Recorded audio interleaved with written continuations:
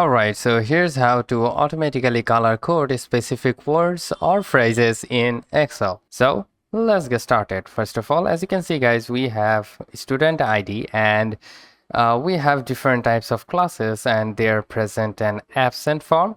So now we want to give different color, like for the present or P, we want to make it like green, and for the absent, we want to make it red. So how we can do that is quite simple. First of all, you need to select here into the mouse to select all of the sheets. Then onto the home screen, you will probably get the conditional formatting. So from here, you need to select that one. And then from here, you need to go and select the highlight cell rule. Now, once you have done to here, you need to select equal to.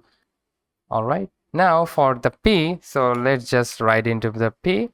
So as you can see guys, the P is selected. So for the P, let's just go with green, with dark green color, and simply go with that. Now as you can see, if we write P into any of the cells like here, and we got automatically green color, and if we remove that, we got nothing.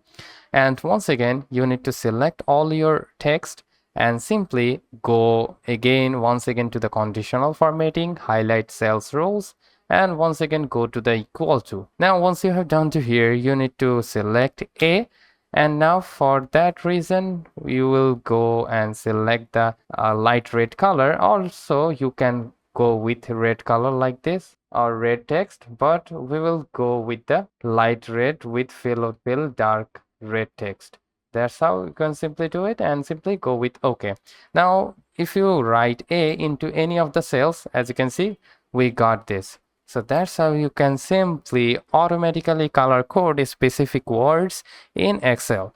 And also if you want to make a color of different words, you can simply select all of these and go and play around with these text also. So you can play around with it if you want to go with the text or a specific phrase or the numbers. So hope this video helps you out in many ways. If yes, please leave a like and have a very good day.